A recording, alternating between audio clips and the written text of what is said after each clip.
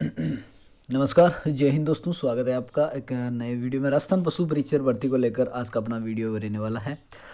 First पारी की हमने बात कर ली थी 1 दिसंबर वाली की। आज जो है सेकंड पारी की अभी इस वीडियो के माध्यम से बात करेंगे। उसमें क्या लेवल है वो पेपर का रहा था और कितनी कट ऑफ है वो बिल्कुल इसकी जा सकती है, ठीक है। और आगे के पेपर के लिए भी बिल्कुल क्या आपको पढ़ना है वो भी बिल्कुल इस चीज़ मतलब इस वीडियो के माध्यम से हम डिस्कस करने वाले हैं। तो शुरू करते हैं वीडियो।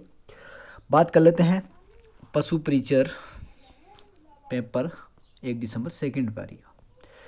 अभ्यर्थी वही 60 से 65% अभ्यर्थी है वो बिल्कुल उपस्थिति रह रही है भाई, क्योंकि ज़्यादातर ने फॉर्म भर दिया है, एग्ज़ाम देने जा नहीं रहे।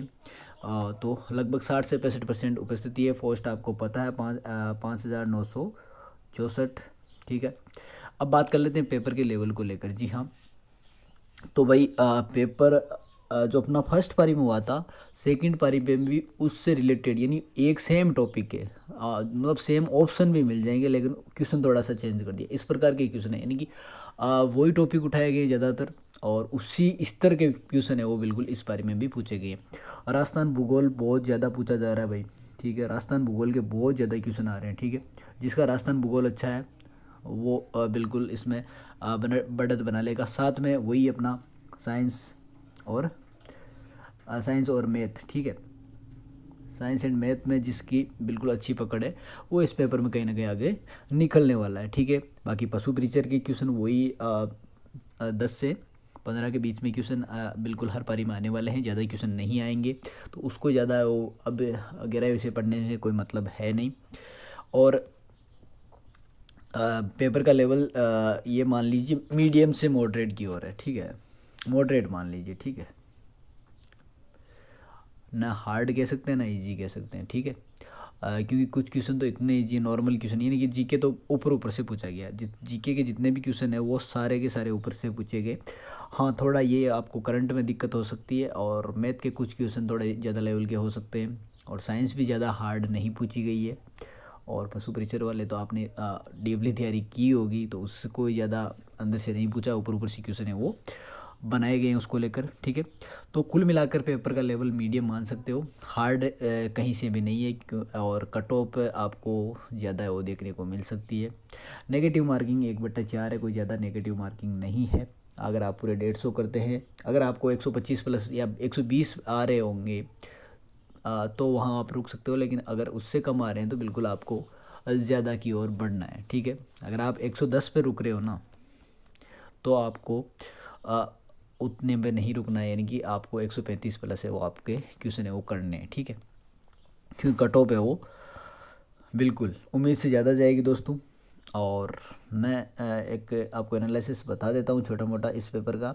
हालांकि फर्स्ट और सेकंड पारी में कोई ज़्यादा अंतर नहीं है, वही लेवल था और उसी अकॉर्डिंग क्वेश्चन आए थे, तो कट ऑफ भी उसी अकॉर्डिंग है वो रहने वाली है।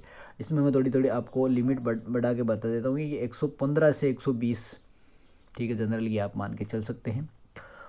ऊपर भी हो सकती है, अभी कुछ कहा नहीं जा सकता। अभी देखो अभी तो फाइनल आंसर की तो आना बाकी है, लेकिन जितने भी कोचिंग वालों ने आंसर की निकाली उसके अकॉर्डिंग भी ज़्यादा क्वेश्चनों में सस्पेंस नहीं है। 2-3 की बात मान लो या 5 क्वेश्चन मान लो, ठीक है, वो अंतर आ सकता है।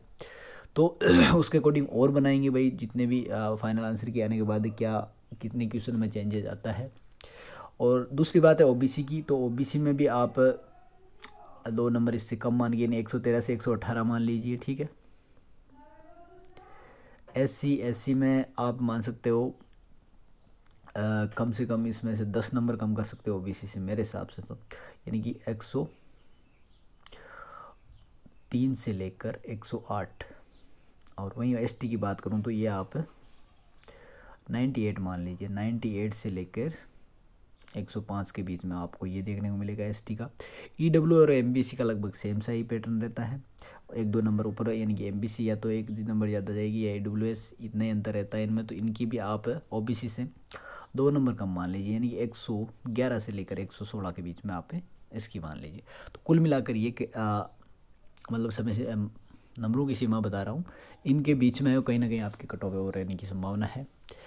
अगर जनरल में आप 120 से क्रॉस है ना तो बहुत अच्छी स्थिति में है और वो 100% श्योर है, हो सकता है, ठीक है। 120 से ज़्यादा है ना तो वो जनरल में 100% हो सकता है। मैं बाकी कैटेगरी कम वही है, कैटेगरी वाइज कम तो रहेगा ही, लेकिन आपको भाई मोटा मोटी आंकड़ा देख लेंगे 120 प्लस अगर आपके नंबर है तो आप 100% मस्त रहिए, आपका चयन है वो इसमें होने वाला है दोस्तों, ठीक है।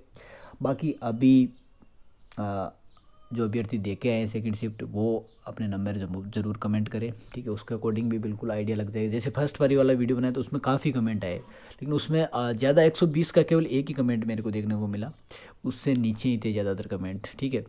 तो यही आंकड़ा बेट रहा है कि भाई 120 के प्लस है ना वो तो 100% सेफ है, वो कहीं ना कहीं रहने वाला है इस भर्ती में, ठीक है। बाकी अपनी राय भी दें, अपने नंबर भी कमेंट करके ज़रूर बताएं, और एनालिसिस अपना चलता रहेगा आगे की शिफ्टों के लिए भी, और ओवरऑल एनालिसिस भी लेकर आएंगे इस चैनल के माध्यम से। जितनी भी शिफ्ट हुए हैं उनमें क्या क्या लेवल रहा है, फर्स्ट और सेकंड शिफ्ट का लेवल मैंने देखा दोनों का। फर्स्ट तो मैंने दिया ही था, सेकंड शिफ्ट का मैंने नहीं दिया, लेकिन मैंने पेपर देखा था, लेवल लगभग सेम सा ही देखने को मिला है। क्वेश्चन वही है, एक दूसरे से कनेक्ट हो रहे हैं। तो आगे की पारी वाले जितने भी है बिल्कुल दोनों पेपर जरूर एनालिसिस करें, उसके अकॉर्डिंग ही बिल्कुल जो आपका सब्जेक्ट कमज़ोर है वो पढ़ ले भाई।